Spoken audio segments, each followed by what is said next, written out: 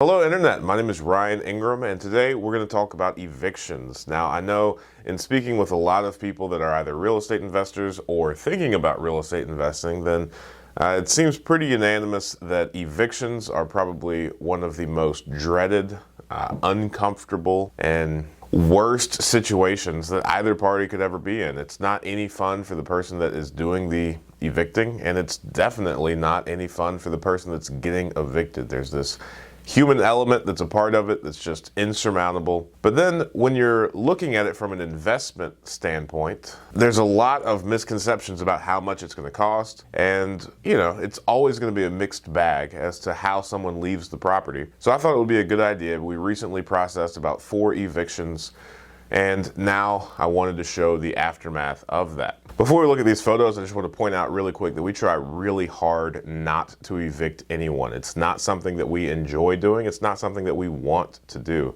It's a tough position to be in for all parties involved. Nobody wants to kick someone out of their home, and nobody wants to be kicked out of their home. So it's very unfortunate. However, at the end of the day, it is a business and we can't afford to let people live in these properties for free. We still have to pay taxes and insurance, and if they're not paying their rent, then chances are they also aren't paying the utilities. So a lot of times the utility companies revert the billing to the owner, and then we get stuck with massive utility bills as well.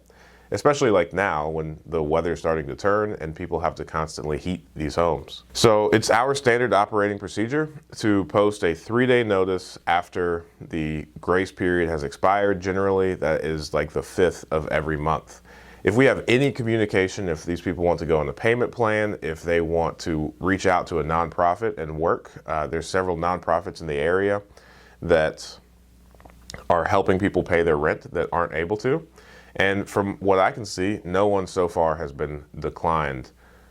So we do our very best. We go out of our way. We make introductions to these organizations that want to help pay the rent. And we do our best to avoid this situation. However, if the communication just falls flat, if they're not responsive, if several months go by with no rent collected and no progress on working with a nonprofit, then this is what we have to do. Again, super sad, we don't like it. But let's go ahead and look at these pictures. So this is a Google album of all 4 of the evictions that we have just combined. So of all the evictions that we had to do, this one was the most confrontational. This was a property that we purchased that had someone already in the property, and for whatever reason, we still don't know, is we were just greeted with a bunch of hostility, and they did not appreciate speaking with us ever, and they refused to pay us rent, and it just kept getting worse. So as you can see, they left a lot of stuff behind, including those bunk beds. And this property, I would say, was the worst of all of them. There were a lot of bed bugs, a lot of roaches. We had to do probably about a month worth of pest control on the property before we started the rehab work. This is a weird kind of partial basement. So under this tarp here is the basement wall, and it's very shallow. But as you can see, it's full of stuff. And we have several crews that are very great at cleaning out all of these things that are left behind, just junk removal. And that generally costs somewhere between $600 and $1,800, depending on the stuff and the size of the house. And this, I would say, again, was the worst. And this is also one that whenever we purchased the property, we knew that whenever they moved out, it was going to require a lot of updates. So we planned on that. This wasn't a surprise whenever they moved, and we had to put a lot of work into it. However, I do have photos of what the property looks like now. And again, once we removed all that trash, we put down new flooring everywhere. We painted. We put in a new kitchen. We got rid of that live, laugh, love, or come here and eat wall decal.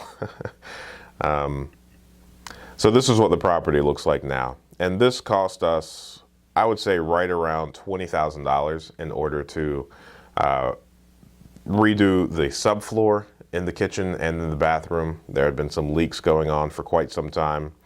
Again, we just purchased this property, and when we tried to go out there and fix it previously, the people just weren't too compliant with letting our people in, so it was very tough to fix those. But as you can see, it's a pretty drastic transformation. I don't quite remember offhand what it was rented out for whenever we purchased it, and I don't remember what they were supposed to be paying. However, now that we've made all those renovations, it's now rented out for $800 per month.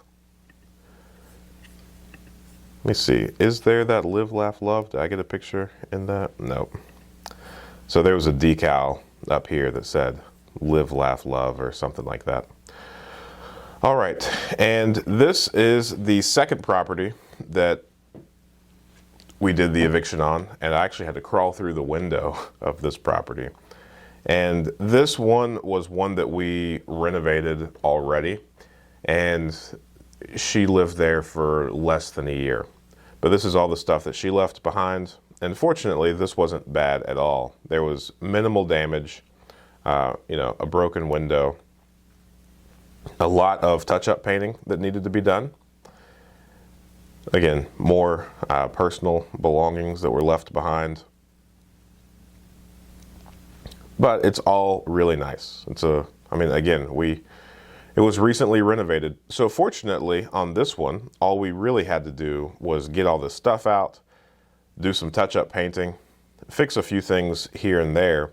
But this turn actually happened in less than a week, and because of the area that it's in, because of the condition, we were able to rent this one out again very quickly.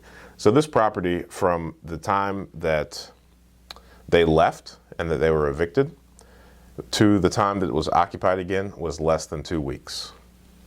So that was a pretty big win for us, just because, as you can see, the door was taken off the hinges for some reason. I don't know. I don't know. I'm generally at a loss of words whenever we go into a property after people have moved out as to the story behind why some things took place. So this was a very easy turn. It cost us, again, it took less than 2 weeks, and I would say it cost us less than $1,500 in order to make all those repairs, get it cleaned, and rent it out again. This is the third property. This one is still sitting vacant. As you can see, there's tons of stuff here as well, and everything here is very dated. Now, I actually did a video on this property whenever we purchased it. This is a duplex. This is one side of it. And we purchased this duplex for $25,000, and both units were occupied. So the rent on this was extraordinarily low. It was only $300 per month. And we knew that of the two units, this is the one that was the most dated. And whenever the people moved out, we would need to spend the most amount of money on this property. So we are currently working on the property that we own just right across the street. And after that contractor is done there, he's going to move over here. But this one is still sitting vacant.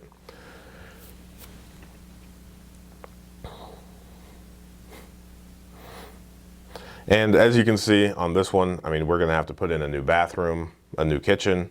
We are going to have to put in new flooring and, of course, paint the property. And now that I think about it, I had to come in through this window as well.